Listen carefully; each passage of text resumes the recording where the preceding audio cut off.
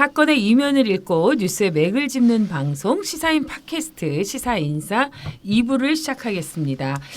이슈와 뉴스의 핵심을 짚어보는 뉴스콕 시간인데요. 여러분 이 여의도에서 패스트트랙 여파가 계속되고 있습니다. 자유한국당은 이 패스트트랙 상정에 반대하고 장외 집회를 이어가고 있고요. 더불어민주당은 자유한국당을 향해서 가출 정치라고 비판을 하고 있습니다. 이 패스트트랙에 합의한 다른 야당도 자유한국당의 국회 복귀를 촉구하고 있는 상황인데요. 이처럼 많은 이야기를 나왔고 또 현재 진행형인 패스트트랙에 대해서 좀 더 정리할 시간을 마련했습니다. 이른바 패스트트랙의 막전막후인데요. 시사인사 2부 패스트트랙 설계에 아주 중요한 역할을 하신 특별한 분을 모셨습니다. 김종민 더불어민주당 의원님을 어렵게 섭외했습니다. 여러분 큰 박수로 환영해 주시기 바랍니다. 반갑습니다. 안녕하세요. 네. 예, 감사합니다. 네. 예. 수고 많이 하셨습니다. 네. 예, 아이고 감사합니다. 예, 김종민 더불어민주당 국회 정치개혁특별위원회 그 간사님을 우리 같이 마크하기 위해서 저 혼자는 아무래도 좀 역부족인 것 같아서 우리 뉴스 마녀 김은지 기자 네, 안녕하세요. 그리고 현장에서 열심히 뛰었던 우리 삐삐 기자 김현희 기자도 함께했습니다. 예, 안녕하세요. 네, 반갑습니다. 그 김종민 의원님 현장에서 많이 뵀었죠? 김현희 기자. 네네, 저는 그때 정개특위에서 네. 패스트트랙 이제 지정하는 그때 네. 거기 있어가지고 거기서 이제 장제원 의원을 이렇게 마크하시는 네, 모습을 적극 이제 역사의 예, 현장에.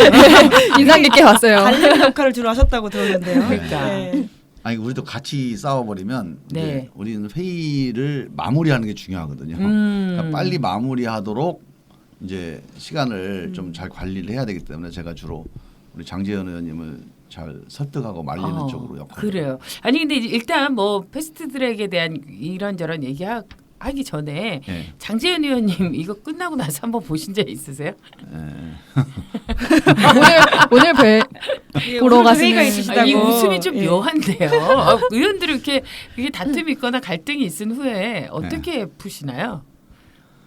이제 장제원 의원님은 좀 아싸란 편이에요. 아싸. 그게 아싸리 어느 나라 뒤끝이 말이에요? 없다. 그치, 저 뒤끝이 없다. 아, 우리 저만 이해했어요. 모르는 표현이었군요. 그러니까 아싸란 편이라는 게 음. 막 퍼부을 땐 퍼부고 음. 또 상황이 바뀌면 그 바뀐 상황에 딱 또 적응을 합니다. 그 협상을 해야 되면 협상을 하고 항의를 해야 되면 항의를 하고 그다음에 뭐 설득을 해야 되면 설득을 하고 그냥 그 관계의 그 성격에 되게 충실하게 바로바로 적응을 하는 분인데 아마 네, 이제 뭐 여기. 설득 협상 이쪽으로 바뀌려면 시간이 좀 걸리지 않을까 조금.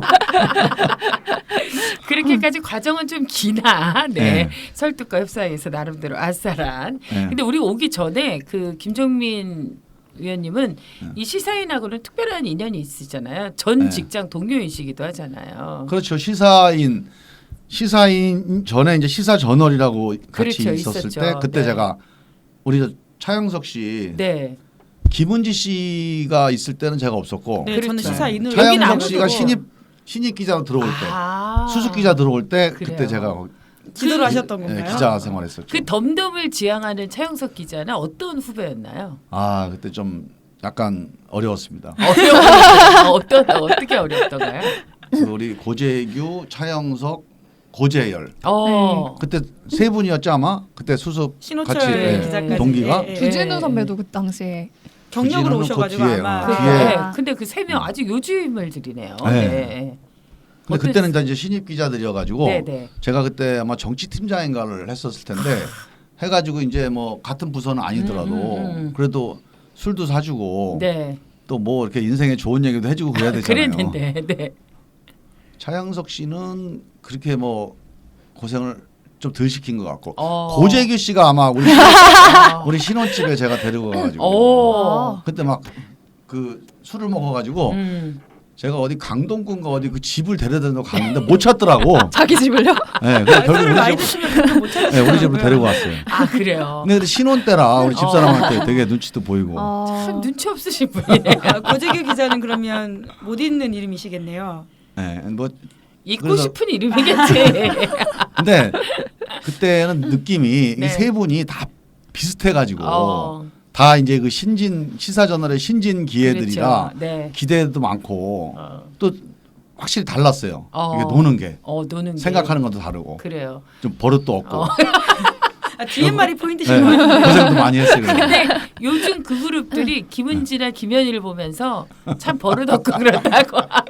이제 중요한 역할들 하시니까. 다 옛말하고 살아요. 아니, 근데 여기 화면엔 안 나오지만 그 신진 중에 한 분이 차영석 선배가 그렇지. 여기 이제 차영석이 입 다물고 지금 제일 요 구석에 계신데 감사로 들어오신 것 같아요. 네네네. 김동민 의원님이 네. 어떤 이야기를 하실지 또 한 말씀 안 들어볼 수 없을 것 같아요.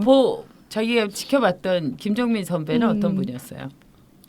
그 한국의 게티 이미지 같은 걸 만든다고 해가지고 뭐 그럴 때 저 집에 가서 한번 잤어요. 네.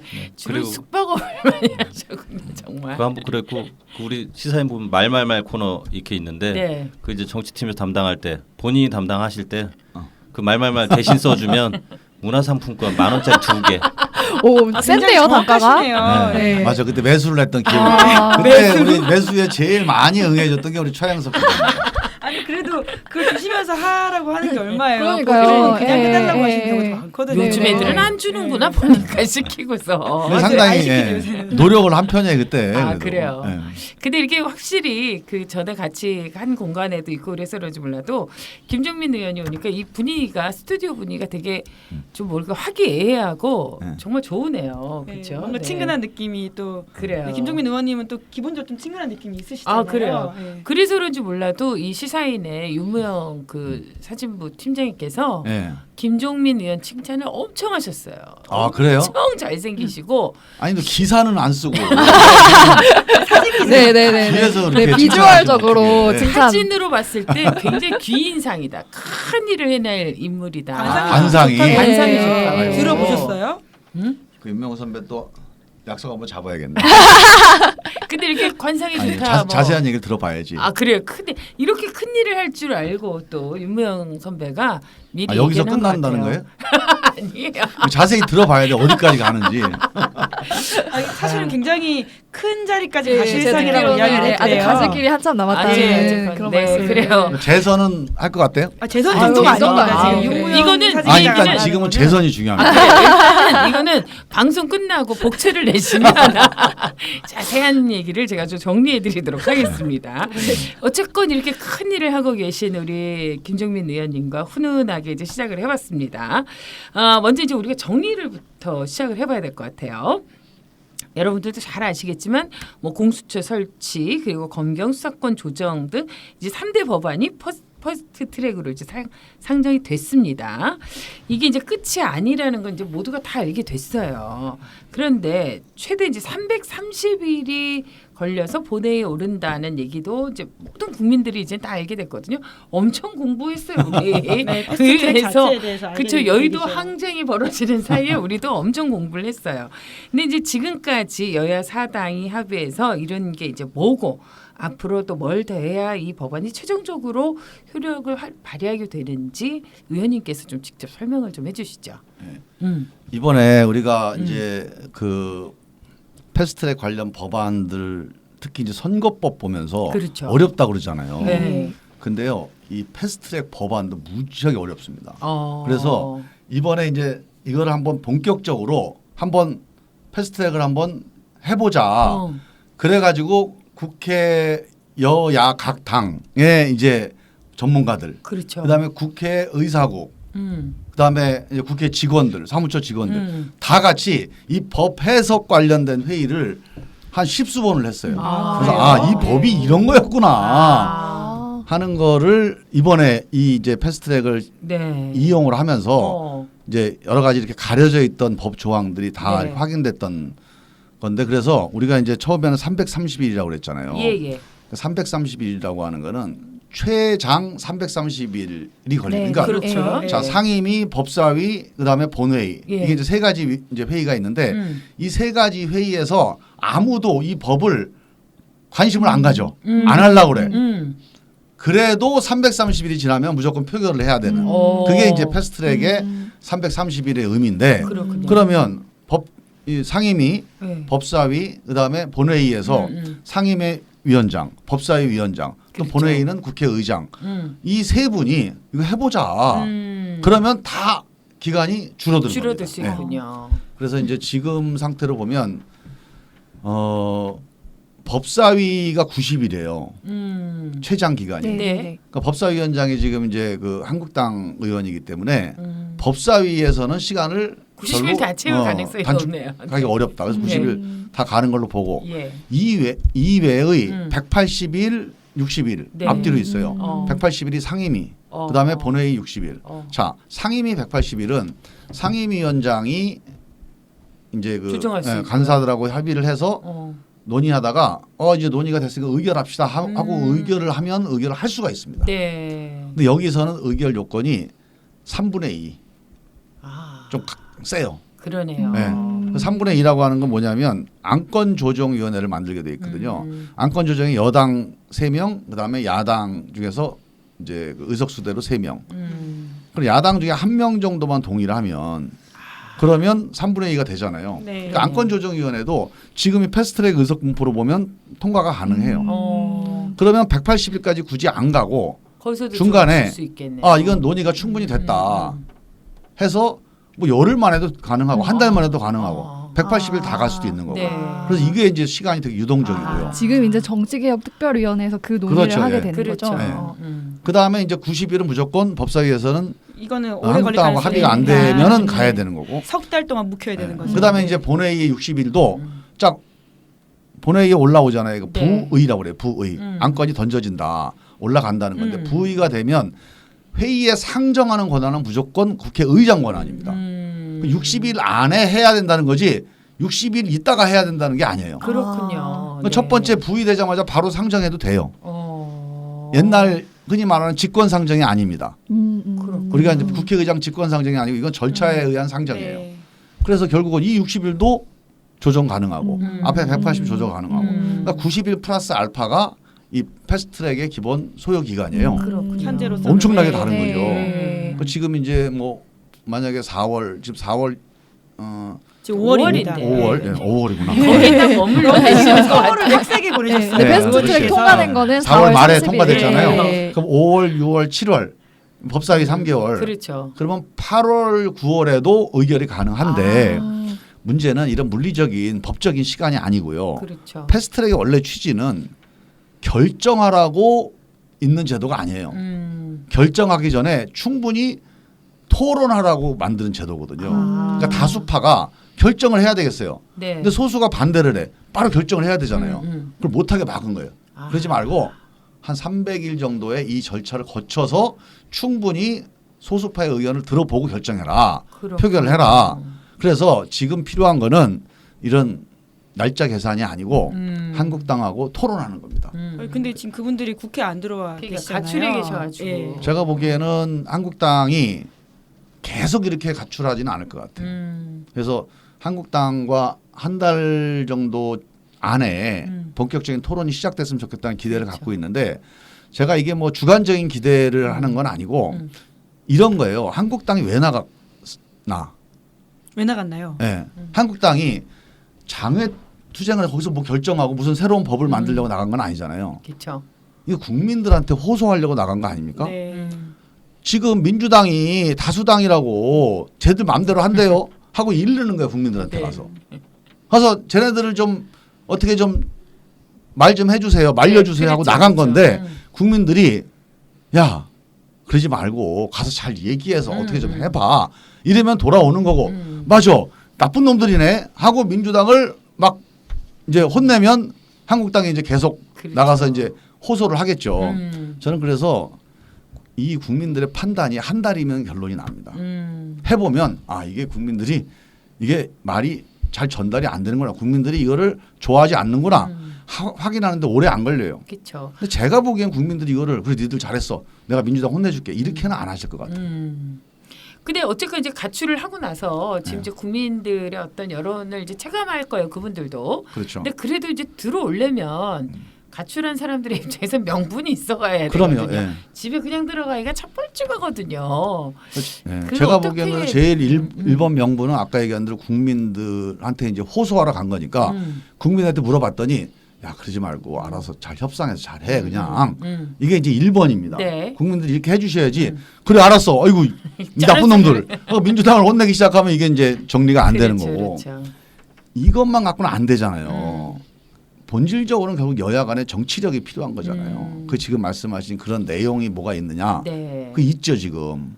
근데 그 미리 이제 그걸 또 얘기해 버리면 이게 굉장히 이거 진행이 안 되니까. 어떤 걸 또 던지시려니 아, 기대가 되게. 어쨌든 그걸 우리가 또 파고 들어가면 네. 되니까. 정책 협상을 이제 그래요. 진짜 하시겠다. 어떻게 실수로 또 얘기를 하게 되나? 어쨌든 그럼 이제 차근차근 하나하나 밟아보면 지금 이제 의원님이 설계하고 적극 가담하신 이제 선거제도 개편안에서부터 이제 좀 출발을 해야 될 것 같아요. 네. 제가 보기에는 자유한국당도 이 부분이 제일 중요한 명분 싸움의 그 그렇죠. 키거든요. 이거 그 설명을 좀 해주시죠. 지금 이게요 이제 뭐 제도의 내용은 좀 이따 얘기를 하고 네. 일단 이걸 이렇게 얘기해. 야, 어떻게 선거법을 합의를 안 하고 일방 처리를 하느냐. 그렇게 네. 이게 이제 자유한국당의 자유한국당의 네. 명분 아니겠습니까? 국회 개원 역사상 그런 게 없었습니다. 막 이랬잖아요. 장재원 의원 아버지 그러게 굉장히 말이에요. 많이 그러나 화제가 되던데. 언론사에서 그걸 그대로 네. 아니다라는 걸. 네. 근데 이제 뭐 그것도 있지만 네. 실제로 선거법이요. 그냥 그 동안에 이제 그 독재자들이 마음대로 맨날 개정을 했어요. 그랬죠. 대한민국 네, 네. 헌정사에서 보면 그리고 1988년도 개정된 이후에는 네. 개정이 딱 한 번 제대로 된 아. 개정 한 번이에요. 그 뭐냐 2004년도 그 헌법소원 헌법재판소에서 왜 지역구 투표한 걸 가지고 비례대표 의석 배분을 하냐 정당 투표를 해라. 네. 그래서 1인 2표제로 바뀐 거예요. 굉장히 큰 네. 변화를 이끌어내네요. 네, 그 노회찬 네. 의원이 그때 이제 민주노동당에서 네, 아마 네, 네. 그 헌법소원 그게 했을 겁니다. 2004년이었군요. 네. 그때 한번 선거법이 크게 바뀐 거예요. 정당 그 투표를 하게 정도만 되게. 바뀐 거예요. 아. 그런데 그러고 나서 이제 매번 지역 비례대표 없어지고 지역구가 늘어나는 변화만 했어요. 네. 그러니까 이 변화는 뭐였냐면 사실은 이게 뭐 그러니까 결국은 기득권을 갖고 있는 사람들이 기득권을 안 놓는 거죠. 그 사실은 합의로 바꾸자 그러면 절대 안 바뀝니다. 왜? 네. 현재 선거법에 유리한 사람들이 다수일 거 아닙니까? 그렇죠. 다 여기 들어와 있는 사람들. 현직에서. 네. 영원히 바뀌겠어요? 사실은 난 이게 논리적인 모순이라고 봐요. 이 말 자체가. 합의에 의한 선거법 개정이 언제 있었는지. 저도 그걸 알고 싶어. 그래서 제가 다 찾아봤어요. 전 세계 선거법 개정 역사를. 국민 투표 아니면 국회 다수결이에요. 어떤 선거법도 만장일치로 합의돼서 고쳐진 게 없어요. 국민 투표도 뭐 55대 뭐 45 이렇게 바뀝니다. 그게 민주주의 기본은 다수결이지. 네. 그래서 뭐 독재가 이 선거법이 아니잖아요. 네. 만장일치에서 합의에 의해서 바뀌어진다라고 하는 건 약간의 이게 사실에 대한 오인이에요. 그렇죠. 만장일치. 만약에 그러니까 논리적으로 봐요. 그런데 고양이 자, 목에 현재 누가 방울 타냐. 현재 유리한 사람이 고치려고 하겠어요? 그렇죠. 지금 있는 의석을 갖고 있는 사람, 지역구 갖고 있는 사람이 다수인데 이 사람들이 안 고치고 싶잖아요. 그럼 선거법 개정은 결국 그러니까 선거법 개정을 안 하기 위한 논리가 이제 네. 뭐 합의에 의한 거고 이 말의 의미는 맞는 얘기입니다. 자, 이게 게임의 룰이잖아요. 이게 서로 이해관계가 있잖아요.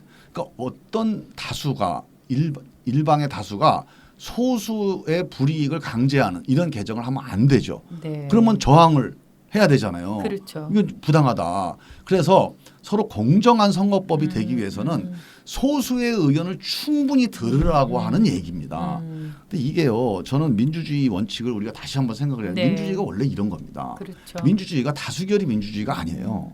원래 소수든 다수든 얘기를 충분히 해가지고 소수의 얘기를 끝까지 들어야 돼요. 근데 시간이 없어 더 이상. 도저히 안 되겠어. 아니면 소수가 얘기를 하다 보면 이게 의견이 나옵니다. 자, 우리가 자 이번에 제주도로 갈까 강릉으로 갈까. 자, 우리 워크숍 장소를 정하는 거예요. 5명이 모여서 회의를 해요.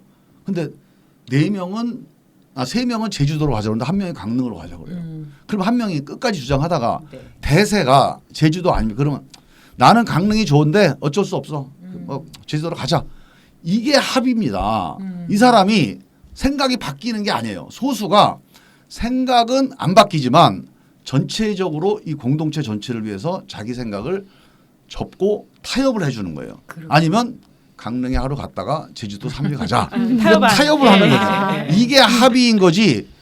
이 모든 사람을 만족시키는 안이 만들어지는 경우는 없어요. 그래요. 자, 그래서 저는 우리 이 선거법 합의는 논쟁을 해야 됩니다. 토론을 해야 되는데 그 과정에서 소수의 주장도 계속 반영을 시켜 나가다가 결과적으로 합의가 안 되는 지점이 있을 수 있습니다.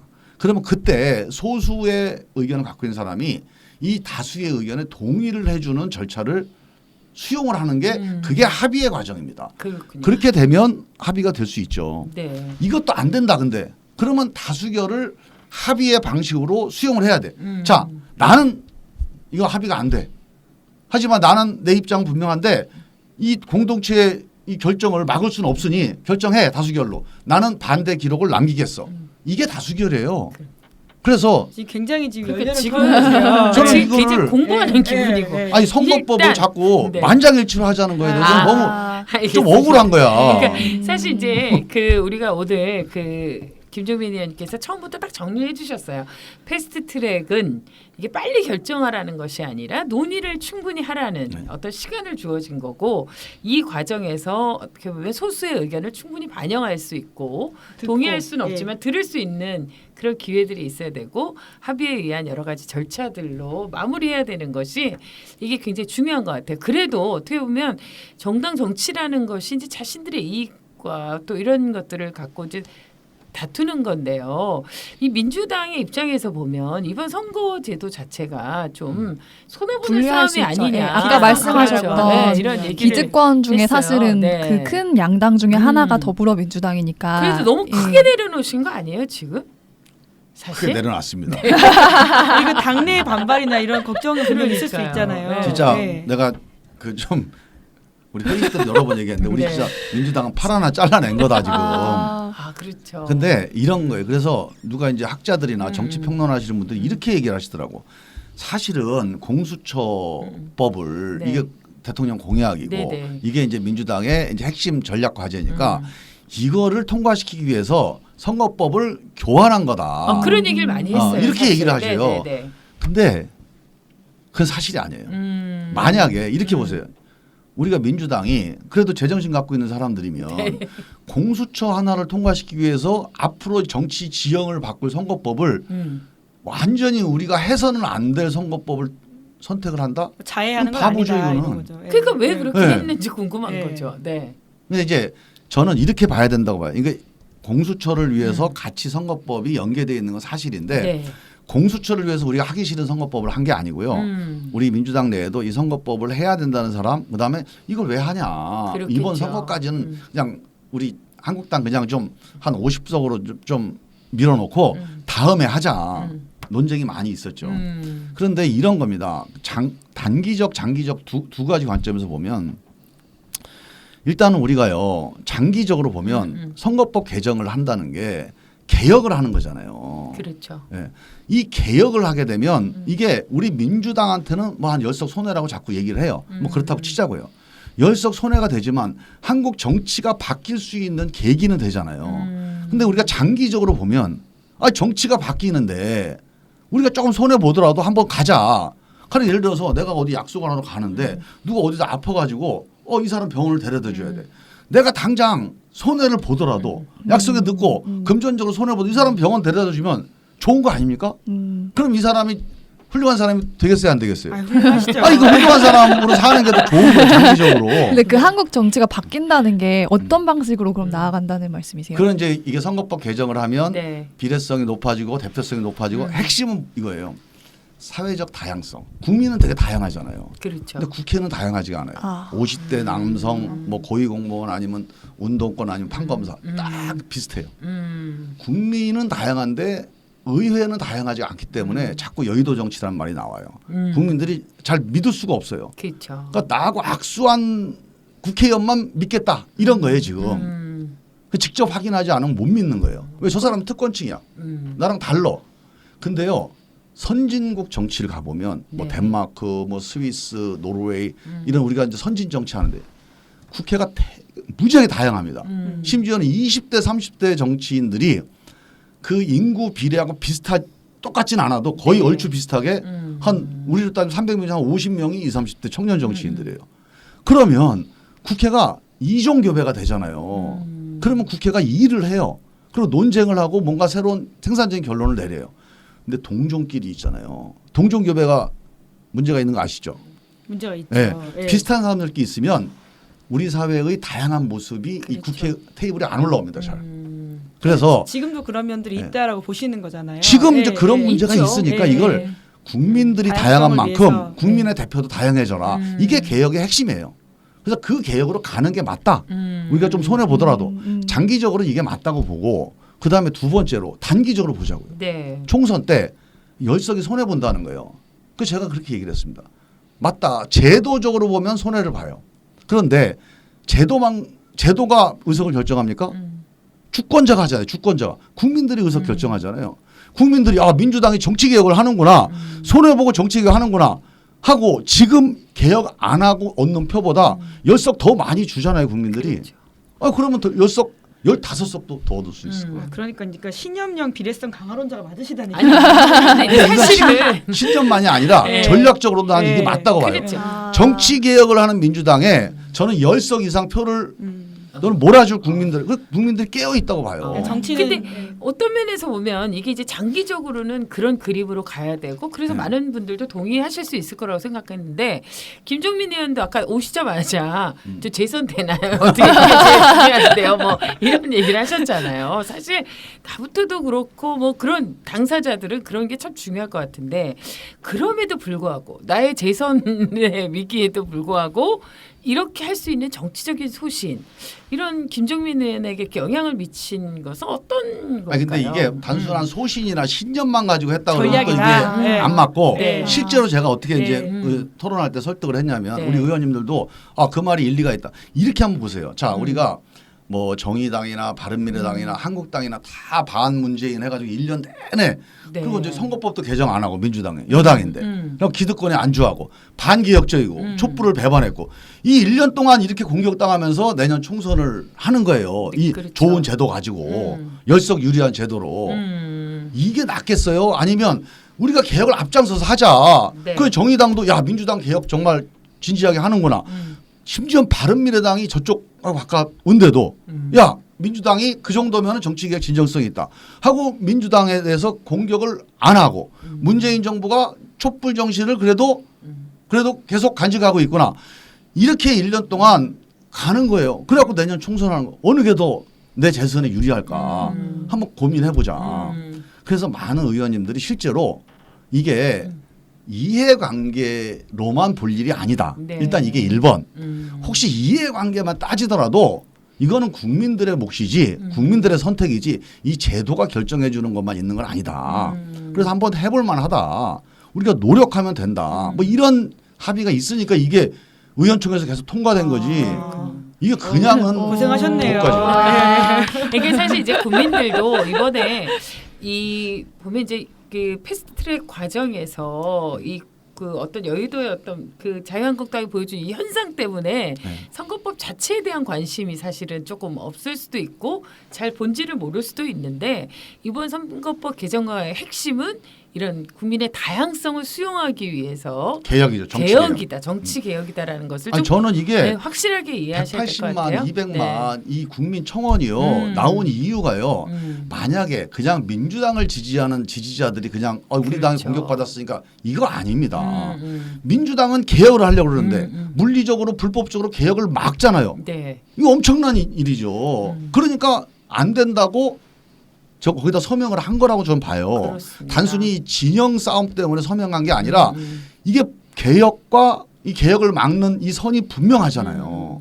그게 중요하다고 보거든요. 저는 그래서 이 권력에 대한 개혁, 공수처, 그다음 검찰 개혁, 그리고 정치 국회에 대한 개혁, 개혁. 국회 개혁, 이 선거법 이 개혁을 하려고 하는 거에 대해서 국민들이 인정해 주시고 응원해 주시는 거다. 저는 그래서 의미가 있다고 봅니다. 이게. 그러니까 정치는 진짜 어떻게 보면 감동의 영역이고 그 감동은 진짜 희생해서 오는 것 같은데 일정 부분 내려놓는 게 진짜 국민한테 감동을 주면 진짜 표에 더 실제로 전략적으로 도움이 되는 방법이라는 말이 그렇죠. 설득력 있는 것 그러니까 같아요. 신념과 소신의 문제가 네. 아니라 이거 전략적으로 플러스 그리고 알파. 그, 네. 그 배경에는 국민들을 향한 국민 정치 개혁이고 국민의 목소리를 담고 국민을 위해 나아가는 새로운 정치, 새로운 여의도의 모습을 보여주기 위한 의지인 것 같아요. 여기 이 스튜디오에 오신 국회의원님들 중에 몇 분 안 오셨지만 이렇게 목청을 예, 높여서 굉장한 열변을 열변을 토하시는 당내에서 얼마나 치열하게 설득을 하셨을지 자, 목소리가 눈에 너무 그려지는 것 같아요. 큰가요? 그래. 아니 근데 순간적으로 내가 나 빨간 옷 입었나 안돼 이러지마. 나 진짜. 아 근데 이렇게 되게 이렇게 연설처럼 하시니까 딱 설득되는 예. 게 있어요. 되게 그래요. 흡입력 있게. 왜들 이래 진짜. 아니에요. 네, 선배님 오셨으니까. 전 직장에. 아니 제가 이렇게 평소에도 보면 총명하시더라고요. 제가요? 제가 처음에 수습할 때 네. 한번 인사를 한 적이 있거든요. 아, 그래요? 그때도 딱 알아봤어요 제가. 근데 그럼 이제 그 현장 얘기를 좀 해야 될 것 같은데 그 정말 여의도에서 들어눕고 뭐 몸싸움도 하고 이럴 때 김현희 기자도 계속 뻗치기 이 기자가 뻗치기 전문 기자거든요. 근데 저보다 훨씬 네. 여러 더 뻗치게 날에 하셨나요? 밤을 새셨을 것 같아요. 국회의원이니까 그때 어쩔 수 없으시죠. 4월 23일 날 이제 패스트트랙 한다 그러고서는 음. 거의 그때부터 뭐 30일까지 잠 못 주무시지 않았어요? 그렇죠. 일주일 동안 이제 뭐 우리가 비상대기를 철야로 했고 우리 정개특위는 거의 이제 네. 매일 오후는 다 비상대기를 했거든요. 음. 왜 중간중간에 자고 그랬죠. 근데 밤새만. 성동격서라고 그때 김연희 기자가 표현을 하더라고요. 이렇게 저렇게 바꿔가시면서. 저 완전 속았어요. 그 정개특위 회의장 바뀌어가지고. 아니 누가 그런 일이 지략을 김준민 의원 머리에서 이렇게 나온 건가요? 대단해요 진짜. 뭐 자꾸 그러면 또 이제 제 입으로 또 얘기할 수는 없고 아니 갑자기 이렇게 아니, 겸손 그게- 모드로 가시고 또 뭐 있어요? 그 우리 저 심상정 위원장하고 이제 대책을 이제 상의를 했죠. 우리 445가 행안위 행정안전위원회 사무실이에요. 네. 거기가 우리 이제 정개특위 사무실인데 거기를 계속 돌파를 할 거냐. 예, 거의 완전 근데 전원이 처음에 이렇게. 시작할 때는 4월 23일 날 합의하고 4월 25일까지 하자 그랬잖아요. 음. 요 이틀 동안은 우리 홍영표 원내대표님이 그러시더라고. 김 의원 걱정할 필요 없어. 선진화법 때문에 위원장하고 간사하고 위원 딱 들어가면 홍해 바다 쫙 갈라질 거야. 그러니까 저렇게 들어눕거나 네, 방해할 우리 거라고 뭐- 상상 못 하신 거죠? 채석같이 그거만 선진화법을 믿었지. 그분들이 발의하셨고 했으니까. 야. 근데요. 홍해 바다는커녕 네. 이게 아, 실제로 정말 우리 다 그렇게 생각을 한 게 선진화법이 무서운 거예요. 그럼요. 제가 예를 네. 드는 게 지금 2015년이던가요? 우리 저 통합진보당, 네. 통진당 그렇죠. 해산대 이제 이석기 의원이 이제 뭐 국회에서 제명당하고 그랬잖아요. 음. 국회 표결이 있었어요 그때. 음. 그때가 선진화법 개정 이후거든요. 아. 근데 이 통진당이 우리 대한민국 헌법재판소에서 반체제 정당으로 해산된 정당이에요. 그러니까 체제를 인정하지 않는 그런 아주 극단적인 정당이잖아요. 진짜 센 조직이잖아요. 근데 그 통진당조차도 선진화법이 무서워가지고 그때 피켓 시위만 했어요 그냥. 그 다 의사 진행을 방해를 못하고. 들어눕거나 네. 이런 건 상상 뭐 체류탄 이런 건 뭐 거죠? 예. 생각도 못하고 네. 뭐 들어눕고 뭐 문장 팩스를 보고 이거 말도 안 되는 푸거나. 얘기예요. 네. 빠루를 들거나 이런 그러니까 거 우리는 할 수 없는 거지. 그때 예를 보고 음. 우리 민주당도 뭐 120석 있던 민주당도 우리 지난번에 이 선진화법 때문에 우리 그 뭐 테러 필리버스터 방지법 할때 하셨죠. 예. 필리버스터를 했잖아요. 그렇죠. 예. 다른 방법이 없는 거예요. 국회의원의 무기는 말밖에 피켓 시위 없으니까. 하든지 필리버스터 하든지 그래서 예. 선진화법이 소수당이 막으려면 필리버스터라 하고 필리버스터라는 걸 새로 만들어 준 그렇죠. 거야. 예. 우리는 그 새로운 법에 꾸준히 그러니까 기대서, 법을 예, 생각하신 존중해서 거죠. 끝까지 네. 한번 해본 거고. 음. 근데 그게요 그때 해가지고 민주당이 상당히 지지를 많이 얻었어요. 그때 그랬어요? 굉장히 네. 필리버스터 네. 재밌게 그러니까 네. 법대로 하면 국민들이 좋아하는 거예요. 네. 그게. 시사인도 그때 중계 열심히 했거든요. 이거 법대로 안 하니까 국민들 뭐라 그렇죠. 부르잖아요 지금. 맞아요. 그러니까 우리는 이것까지는 생각을 못했죠. 그래서 홍해바다처럼 갈라질 거라고 봤더니 그래서 한 3, 4일을 계속 이제 이른바 회의 진입 투쟁을 한 거예요.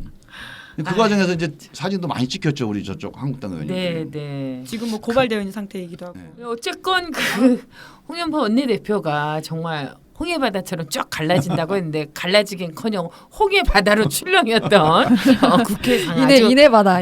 네. 그 붉은 이내 옷을 전술. 입었으니까 다 홍해 있는 바다가 맞네요. 네. 어쨌건 아주 흥미진진합니다. 여기서 잠깐 이 열기를 쉬고요. 2부에서 다시 이어가도록 하겠습니다. 네, 그 모두의 예측을 빗나간 정말 국회 선진화법으로 인해서 그 위원장과 간사가 들어가면 홍해 바다처럼 홍해 기적. 네, 홍해 기적이 일어날 거라고 했는데 예상과 달리 정말 엄청난 일들이 일어났지 않습니까? 그 현장에 있었던 의원님으로서 참 여러 가지 생각이 많이 드셨을 것 같아요. 어떠셨어요? 저는 진짜 놀랬고요. 놀랬다는 게 이런 거죠. 저도 이제 옛날에 뭐 민주화 운동도 하고 그랬으니까 네. 그 뭐 도로교통법 위반도 해보고 그러니까 그렇죠. 법을 예전에는, 위반한다는 네. 거는요 보통 사람들한테는 정말 인생의 큰 결단이에요. 그렇죠. 그럼요. 네. 자기가 작은 법이라도 어디 가서 뭘 물건을 훔치던 누구를 때리던 정말 자기 인생을 걸고 결단을 하는 거예요. 그래서 감옥을 가든지 네. 아니면 뭐 진짜 뭐 민주화를 위해서 자기 희생을 하든지. 그렇죠. 근데 이분들한테 그런 결단의 기미는 별로 없더라고. 그러니까 이분들은 법 위에 있는 거 아닌가 하는 생각이 들 정도예요. 그러니까 이 사고방식이 좀 바뀌어야 됩니다. 법 아래에 있는 사람들은 법을 조금이라도 어기면 굉장히 네, 두렵고 눈동자도 그렇거든요. 흔들리고 예. 마음도 흔들리고 정말 이게 좀 떨리잖아요. 근데 이분들은 하나도 안 떨려요. 왜? 그동안에 아마 이 한국당의 DNA가 수십 년 동안 법 위에 그러니까 이분들을 위해서 법이 항상 뒷받침을 하는 그렇죠. 이런 역사를 사는 거예요. 저는 진짜 박정희, 전두환 그리고 그 이어서 우리 저 이명박, 박근혜 이 10년 동안도요. 이분들이 무슨 민간인 사찰을 하던 뭐 우병우 민정수석이 무슨 범법적인 뭐 이런 블랙리스트를 하던 법을 안 지켜요. 네. 법을 안 지켜도 아무 우리는 문제가 없어요. 괜찮다. 네. 그러니까 이 사고 방식이 아직도 안 변한 거예요. 그래서 저는 이번에 깜짝 놀랐습니다. 그래서 저는 정말 한국 정치의 발전을 위해서 뭐 패스트트랙도 중요하지만 정말 한국당 당이 뭐 의원님들은 다 괜찮으신 의원님도 꽤 많은데 이 당 전체의 마인드가 정말 우리가 법 아래에 있다. 그렇죠. 우리가 법을 지키면서 정치해야 된다. 이런 마인드로 바뀌는 게 제일 핵심이라고 봅니다. 박근혜 대통령이 그 마인드가 없어갖고 국정농단을 한 거예요. 아니 법이 뭔 소용이서 내가 옳은 건데. 그렇죠. 이게 사실 이제 그 많은 국민들이 분노하는 이유도 국회 선진화법을 직접 발의하고 그렇게 해놓고 당사자들이 가장 먼저 이제 그걸 어기기 시작한 거 아니겠습니까? 그리고 국회 선진화법 이후에 이런 일이 처음 있었던 거잖아요. 처음이죠. 그렇죠. 그리고 너무 상상을 초월. 게다가 의원과를 그렇게 하고 거기가 동료 제일 의원을 치열했죠. 의원과 네, 앞에가. 의원과를 네. 팩스를 막고 망가뜨렸어요. 팩스를 세계 막아버리고 헌정사에 동료 의원을 처음이자 제가 감금하고. 보기엔 마지막 사례가 네. 될 것 같아요. 그렇죠. 이거는 있을 수 없는 일이에요. 정말 있을 수 없는 일인 것 같은데 정말 그 뭐라고 설명하기 어려운 일들이 우리가요 이런 걸 보면 돼. 우리가 민간 회사에 가서 무슨 팩스로 서류 들어오는 누가 와서 외부에서 가지가 바로 구속입니다. 그러니까요. 근데 민간 회사도 그런데 대한민국 국민들 전체의 삶을 책임지는 국회 아닙니까? 이 국회의 업무를 이렇게 그 사무를 정면으로 방해하는 거는 저는 잘 이해가 안 가죠. 그죠, 게다가 그죠. 동료 예. 의원 아예 감금시키기까지 맞아요. 했잖아요. 네, 지금은 네, 생각해보면 네. 정말 황당한 일인데요. 근데 결국에는 완전 허를 찔렸잖아요. 그 전자 입법 시스템을 네. 통해서. 그렇죠. 근데 그걸 왜 처음부터 그러니까 다들 좀 모르셨던 모르고 거 계셨던 아니에요? 거예요? 예, 의원님도? 전자입법 한 번도 한 시스템이라고 적이 하는 없어서. 거는 네. 지금까지 한 번도 안 써본 방식이에요. 아. 왜냐하면 되게 그게 힘들어요. 쓰기가 그래요? 복잡합니다. 아. 그래서 뭐 그 신입 우리 직원들, 국회 보좌관들, 인턴 사원들 신입 교육할 때 그때 교육을 해줘요. 이런 게 있다. 근데 한 번도 안 써봤다. 기회 되면 한번 써봐라. 근데 해보다가 다 안 해. 너무 복잡해가지고. 그래가지고 사실은 다 모르고 있었던 거예요. 근데 어떤 이제 보좌진들끼리 자기들 카톡에서 얘기를 하잖아요. 이거 옛날에 우리 교육받을 때 이런 얘기가 있었는데 이걸 하자. 저도 이제 우리 보좌관도 저한테 전화가 왔어요. 농성하는데. 일단 그래서 내가 야 그거 되는 거냐? 그래서 야 의사국하고 한번 협의를 해보라고 그랬어. 이런 절차로 가면 과연 의안 성립이 가능한 건지 의안 접수가 오케이가 되는 건지 혹시 안 되실까 유권 해석을 봐. 받으라고 그랬어. 그러니까 의사과 그래서 선거법이 개혁돼서 이렇게 젊은 의원들이 들어와서 이렇게 디지털 문화도 좀 아니, 기회가 근데 왔다. 의사과 이제 써볼 직원이요. 그 기회가. 의사과 직원도 그 해석을 하는데 한 2시간 걸리는 거예요. 처음 한 번도 안 해봐서 아. 이렇게 되면 이게 이 접수로 유효한 건지를 그러니까요. 해석을 해야 돼. 그게 참 이렇게 네. 보면 깨알 같은 이번에 이제 그 패스트트랙 그 상정 과정에서 보면 국민들이 깨알 같은 재미도 예, 있었어요. 국회 상식이 굉장히 풍부해졌어요. 네, 국회 상식도 네. 풍부해지고 뭐 재미난 짤도 많이 돌아다니고 이러는데 그 김종민 의원님이 생각하시기에 결정적인 명장면 네. 이건 정말 잊을 수 없다 이런 명장면이 있다면 어떤 때일까요? 명장면. 본인 이야기를 하셔도 됩니다. 네, 괜찮아요. 제가 네. 아니 그러니까 이게 근데 이게 너무 자세하게 얘기하면은 또 이제 걸릴 것 같고 저희가 편집을 잘해요. 네, 마지막에요. 네. 그날이 우리가 패스트트랙 통과시킨 날이 4월 30일인가요? 네, 4월 29일 월요일이 이제 그렇죠.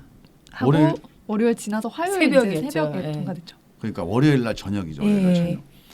마지막 김관영 대표의 제안이 네. 권은희 의원의 공수처 법안을 별도로 발의하겠다. 음. 이 아, 제안이었잖아요. 예. 같이 이제 맞아요. 태우자. 동시에 이제 예. 올라가자. 예. 이거를 제가 1시 반인가 들었어요. 이철희 수석이 잠깐 보자고 그러더라고.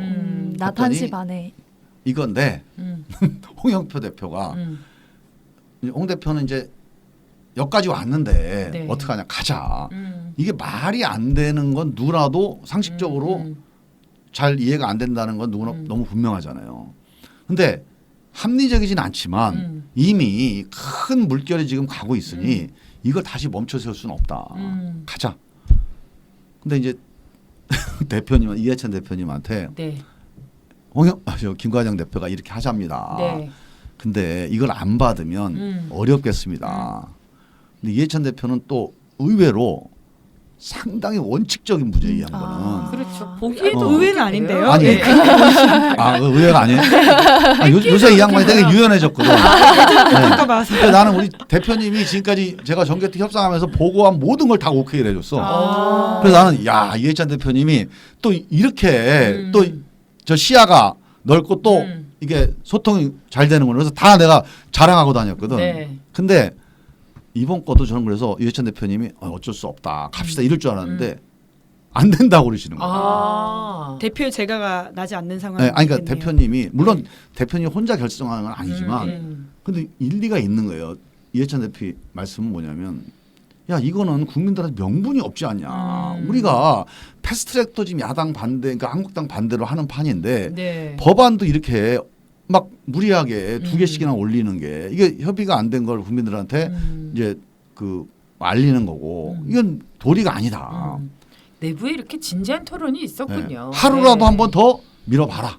안 된다고 던져놓고 그 홍영표 대표가 설득을 했죠. 누구를요? 이해찬 이해찬 대표. 아 예.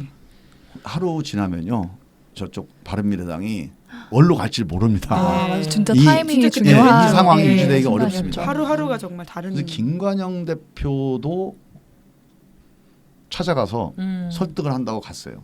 이해찬 대표가 김관영 대표도 안 만났어요. 그거는 자기가 당신이 타협하기 좀 어려운 안건이다. 그래서 아예 만나지를 않았어요. 네. 그래서 우리는 야 여기서 이제 긴박했네요. 대미를 장식하는구나. 예, 진짜 긴박했네요. 왜냐하면 아마 이제 대표님도 그렇지만 그런 의견에 동조할 사람들이 꽤 많았어요. 네. 우리 사개특위 의원님들도 이거 어떻게 두 개를 그렇죠. 올려? 두 개를 말도 안 올리는데. 돼. 네, 네, 네. 그래서 이거 넘기기가 쉽지 않겠구나. 그래서 그때부터 이제 여러 가지 작전들이 이제 대화가 진행이 됐어요. 그 대표님한테도 말씀드리고 최고위원들 말씀드리고 하여간 여러 가지 대화가 진행이 되면서 3시 50분에 최고위원을 잡아두고 4시 반에 의총을 잡아놨어요. 그래서 제가 3시까지 자 최고위원회에서 부결 그리고 제가 이제 사개특위 의원님들한테 의총에서 결정을 하도록 네. 한번 상황을 만들어 보니까 의총에서 앞장서서 얘기를 해주십시오. 네. 근데 아니 누가 보기에도 대표가 반대라는 안을 사개특위 의원들이 이걸 합시다 이러고 의총에서 막 일종의 반란을 이제 그렇죠. 모의하는 건데 의원들이 부담되잖아요. 그리고 뭐 안 내용도 이게 명분도 없고 그러니까 다 안 하겠다는 거야. 진짜 아, 어려운 의총 만들기 상황이었네. 어렵다. 이거 설득하기 어렵다. 그래서 한 3시까지 이제 점점 상황이 어려워진 거야. 그 1시간 반 동안 진짜 예. 이 내부에서도 굉장히 진통이 있었네요. 네네. 근데 이게 그러니까 5시 대표님이 어. 그러니까 여러 가지 의견 토론을 거치면서 결국 4시에 생각을 바꾸셨습니다. 아. 지금이 아니면 이 상황이 이제 판이 깨진다. 그런 판단을 하시고 최고위원회에서 만장일치로 그냥 가기로 거기서 결정을 했어요. 그 최고위원 끝나고 알았어 나는.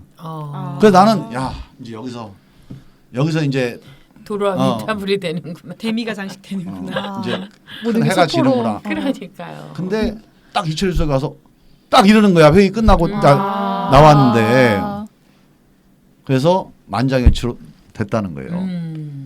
그 본회의 그 예결위장에 있는데 내가 이제 어떻게 됐냐고 궁금하잖아요. 이제 네. 의총 시간은 다가오고 그 이철이 수석한테 물어봤어요. 그거 어떻게 됐어? 지금 빨리 어떻게 수를 써야지. 그랬더니 아니 맥이 못 들었어? 만장일치야 그러는 거야.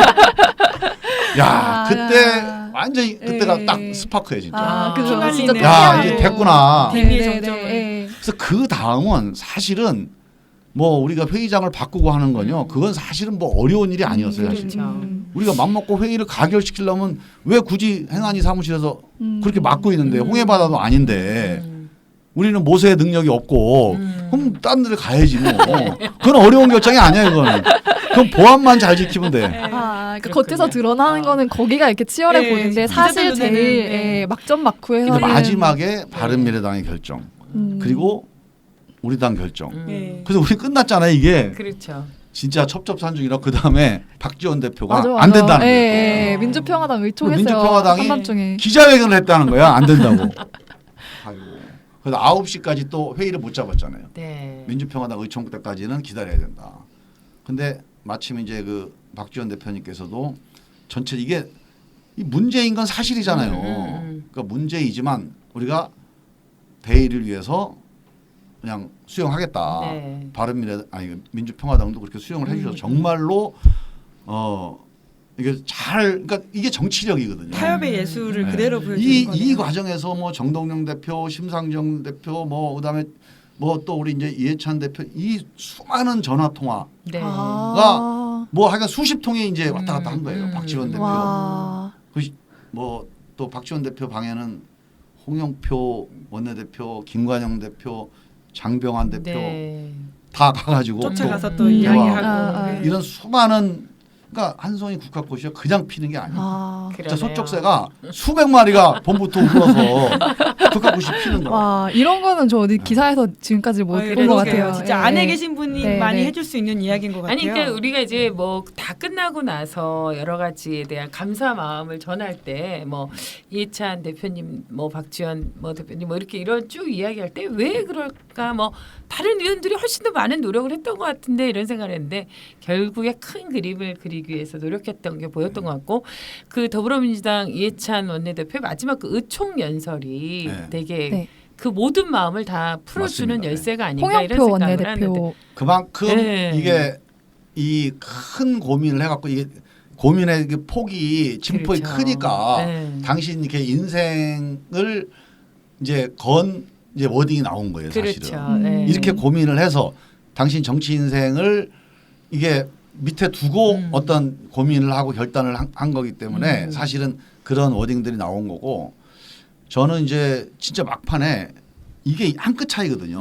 이해찬 대표께서는 이거 하루 정도 버텨도 이거 원칙을 이게 아닌 거면 네. 아니라고 한번 던져놓고 그 다음에 저쪽의 반응을 봐도 괜찮다고 판단할 수 있잖아요. 이건 뭐 원칙이나 전략이 아니고 상황 판단인 거죠. 홍영표 대표는 하루 더 지나고 이 밤이 지나가면 끝난다. 저쪽은 예. 어려워진다. 이거 뭐 이렇게 될 수도 있고 안 될 수도 있고 아무도 몰라. 그렇죠. 내일 일은.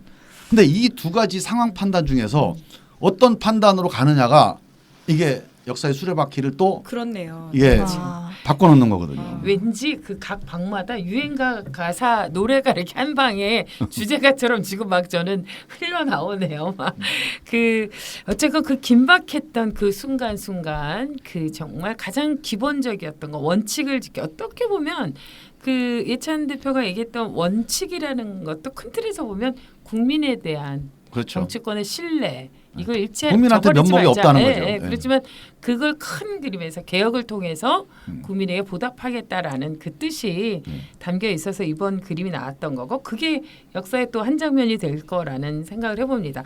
근데 이번 선거 개혁안이 그래서 그런지 몰라도 한국 정치를 요동치게 할 20대 국회 최대 사건이라고 이제 시사인에서 커버 스토리에서도 쓰고 평가했거든요. 그랬거든요. 평가했는데 아 그래? 20대 벌써? 예, 청관율 기자가 벌써 그렇게 평가를 했습니다. 이제 어떤 면에서는 안 해도 될 것 같아요. 이것만 해도 벌써 다 20대는 뭐 크게 장식할 수 있을 것 같다 이런 평가에 대해서 어떻게 생각하세요? 근데 그게 뭐 어느 소설에 나오는지 모르겠는데 하여간 모든 찬란한 거는 다 이후에 남아 있다. 뭐 이런 뭐 비슷한 구절이 있어요. 실제로 시작입니다. 앞으로 어떤 일이 벌어질지는 모르지만 하여간 이보다 더 큰 일이 벌어질 거라고 봐야죠. 그래요. 왜냐하면 이거를 우리가 이제 물줄기로 비유를 하면 한국 정치의 물줄기가 흐르고 있는데 이게요. 흘러다가 어디로 가냐면 여의도라고 하는 늪으로 계속 가는 거예요. 네. 그 늪에 가서 계속 썩어. 그래서 이 물줄기가 제대로 된 물줄기가 안 돼. 이 물줄기를 국민들이 있는 국민의 바다로 향하게 만들어야 돼. 이 물꼬를 잠깐 튼 거예요. 이 물꼬가 10cm인지 1m인지 모르는 물꼬가 지금 터진 겁니다. 이 물꼬가 터져서 정말 국민이 있는 바다로 이 정치의 물줄기가 향하게 되는 이 물줄기가 이제 제대로 막 용기 있게 그리고 장엄하게 물줄기가 흘러가는 그게 좀 큰 사건이죠. 이 물꼬만 터진 거예요 지금. 그래서 저는 그 물줄기 그 바다로 가는 물줄기가 만들어질 수 있을 거다. 저는 그 희망을 갖게 된 게 너무 기대가 돼요. 그렇군요. 근데 제가 20대 국회에 시인이 정치인이 돼서 또 그것도 하나의 감동이었는데 숨은 시인이 한 분 더 계셨거든요. 아주 그건 숨어 있는 시인이었어요. 그럼 아주. 제가 도정환 선배한테 또 너무 죄송스럽고 근데 사실 제가 옛날에 국문과를 나왔어요. 그 대학교 때. 예전에 국문과를 나오셨다 그래서 대학 시절에 시를 좀 쓰셨나요? 그렇군요. 아니, 네. 시는 아니고 아 그래요. 네. 편지만 썼겠죠. 연애 편지 이런 거. 시 쪽은 아니고 이제 굳이 따지면 산문 쪽인데 아, 네. 대변인 하신 그렇죠. 그때 이제 습작도 한번 했는데 네. 그 습작했던 걸 어제 잊어버려가지고 그걸 안 잊어버렸으면 다시 또 어떻게 필력은 좋은데 기억력이 나빠서. 아니 어디다가 제가 써놓은 걸 잊어버렸어. 그거. 그러니까 예. 지금 어디다 뒀는지 아, 이제 모르는. 재선 국회의원 하셔야죠. 아유. 무슨 산모는 지금 진짜 위대한 작품이 나올 뻔했는데 어디다 뒀는지 몰라가지고 다행이네요. 여러 산문을 쓰시는 작가분들이 좀 당분간 여유 있으실 것 같네요. 지금 이제 뭐 여러 가지 이야기들 또 새롭게 듣는 이야기들도 있었고 그래서 그때 긴박했던 상황도 있었는데 어쨌건 이 큰 강물이 국민의 바다로 향하기를 모두가 이제 바라보는데 문제는 이제 일단 패스트트랙 탔고 그런데 이렇게 자유한국당이 이제 계속 장애 집회를 가게 되면 국회가 이제 장기적으로 소강 상태에 빠지지 않을까 이런 염려가 있고요. 예. 또 그러다 보면 또 추경이나 뭐 미세먼지 방지 뭐 소방관 국가직화 등 아주 다양한 현안들이 또 처리되기 어렵지 않나 이런 문제들에 대한 염려가 있어요. 이런 문제는 어떻게 보십니까? 이제 지금이야말로 정말 국민을 위한 정치력이 필요한 때거든요. 이 패스트트랙까지는 아주 초보적인 정치력이에요. 그렇죠. 뭐 이건 작전 잘 짜면 만들어낼 수 있는 정치력인데 정말 이걸 넘어서서 이제 새로운 또 협상의 물꼬를 트는 거. 근데 이 물꼬를 틀려면 저는 그러니까 손익 협상을 하면 저는 안 터질 거라고 봐요. 네. 한국당한테 야 니들 뭐 유리한 거 이거 좀 해줄게. 이런 식으로 대화를 한국당도 야 우리가 불리한데 이거 좀 고쳐주면 얘기해 줘. 이러면은 저는 아마 이 패스트트랙 이 정국이 안 풀릴 거라고 봅니다. 그럼 끝까지 그냥 뭐 300일이 되든 250일이 되든 끝까지 가는 길밖에 없고요. 네. 저는 이 국면에서 마지막 협상이 가능한 국면이 하나 있을 거다. 그거는 이 패스트트랙 올라간 선거법 또는 공수처법 이게요 본질은 다 정치개혁 권력개혁이거든요. 네. 이 정치개혁 권력개혁이 전부는 아니지만 우리가 민생이 문제다 먹고 사는 게 문제다 하지만 먹고 사는 거를 위해선 정부가 바뀌어야 되고 법이 바뀌어야 되잖아요. 그렇죠. 구조가 바뀌어야 되는데 그걸 누가 만듭니까? 정치가 만들잖아요. 근데 정치는 아무것도 결정을 못하고 있어요. 좋은 결정도 못하고 있잖아요. 이걸 바꾸기 위해서 우리가 정치를 권력을 바꾸는 거거든요. 그래서 저는 지금 있는 선거법 공수처법이 어떤 의미에서 보면 최소 개혁 아니에요. 권력 개혁을 할 때 정치 개혁을 할 때 최소 개혁안이기 때문에 가치나 명분으로 한국당이 확 이렇게 앵기기 어려워요. 네.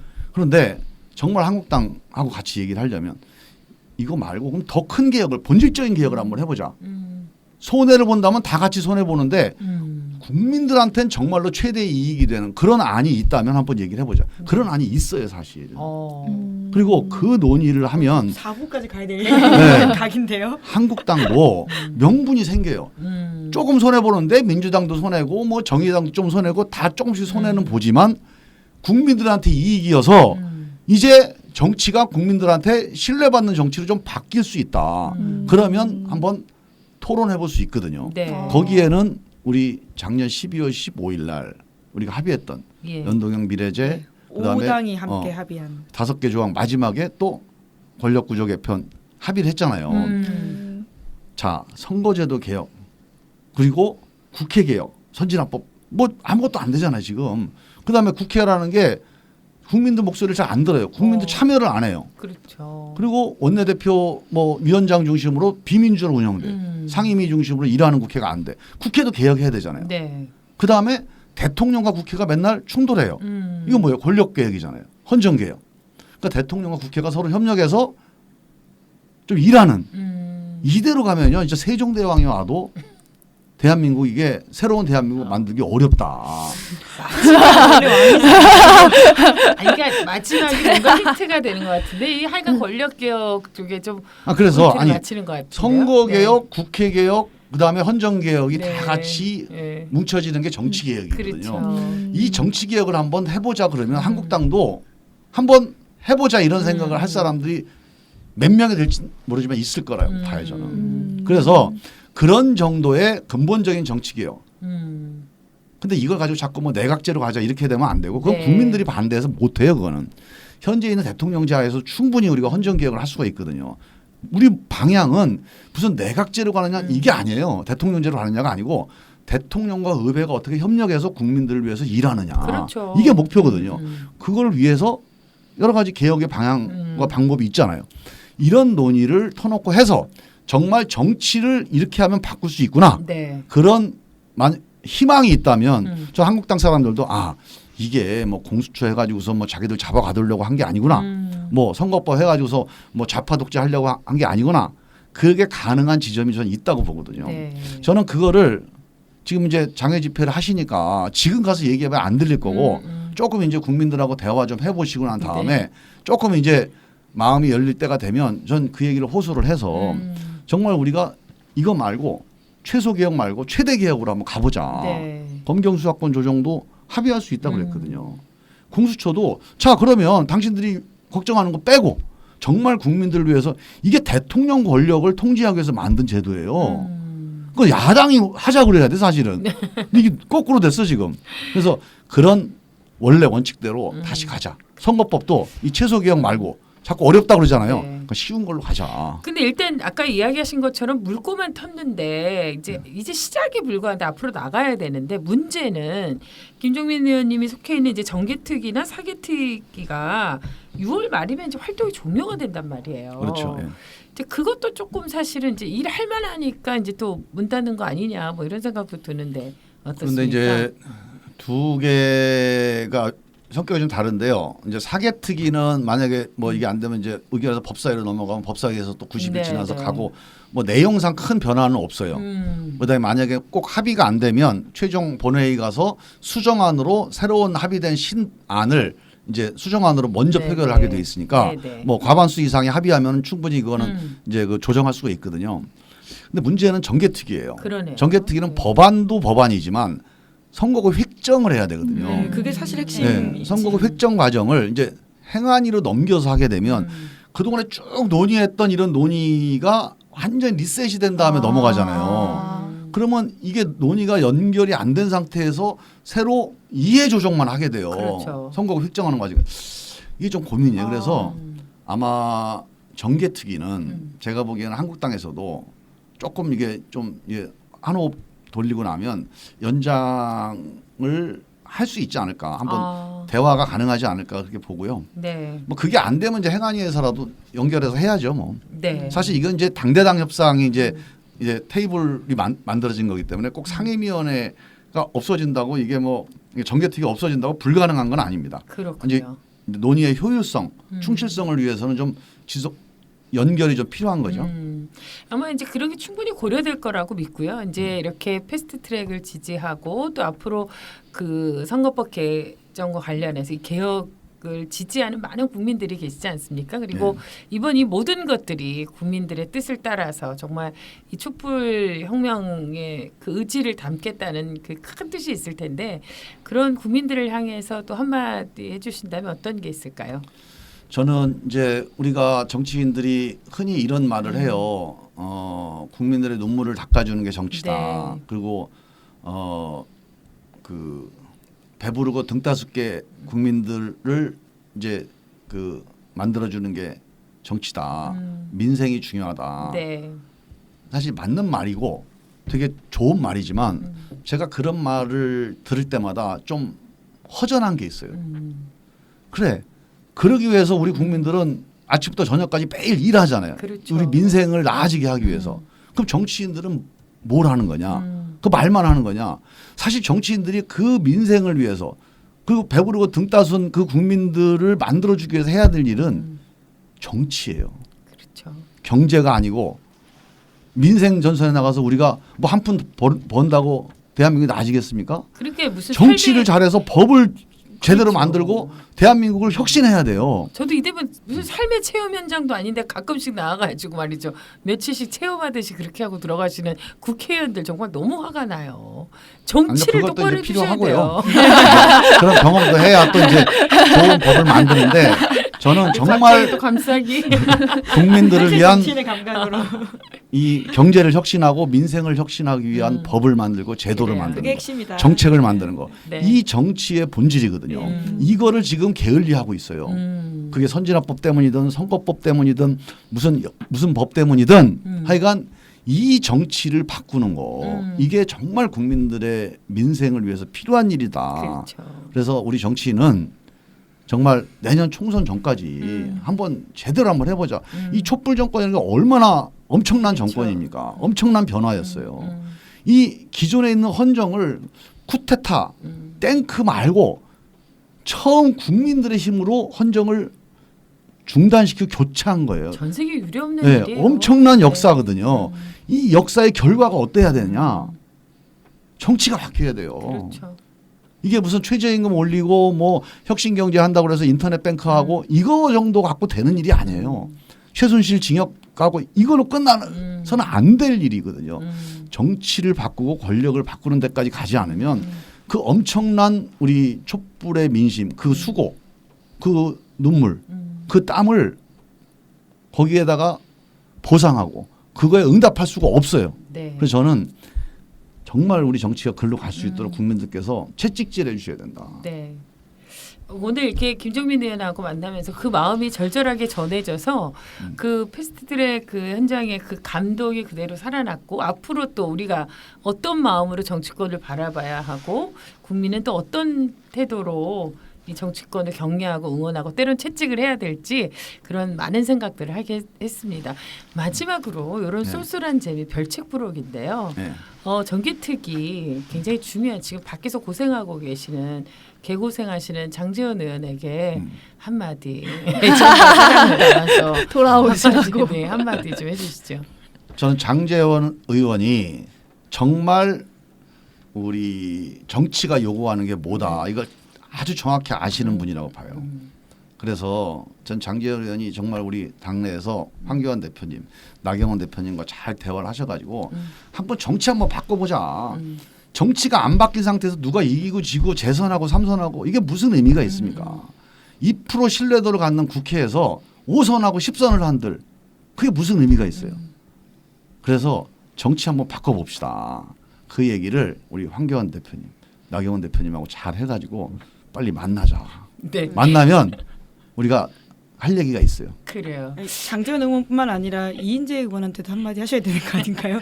지역에서 네. 한때 겨뤘던 너무 옛날 얘기야. 너무 잊혀지신 분. 근데 네. 지금 장재현 의원한테 이야기하는데 저를 막 너무 바라보면서 해서 내 얼굴이 장재현 의원 같이 생겼나. 애절하게 말씀하셨어요. 네, 어쨌건 바쁘신 가운데도 오늘 함께해 주셔서 너무 감사드리고요. 사실 이 김정민 의원의 의정활동 많은 분들이 응원하고 있고 지켜보고 있고 또 이렇게 동료 선후배들도 관심 있게 보고 있으니까요. 열심히 하셔서 감사합니다. 네, 좋은 모습으로 늘 기대에 부응하는 그런 정치인이 되셨으면 좋겠습니다. 개혁의 선봉에서 늘 김종민 의원이 함께해 주시기를 기대해 보도록 하겠습니다. 체험 삶의 현장도 가끔 나오시고요. 네. 고맙습니다. 예, 열심히 하겠습니다. 감사합니다.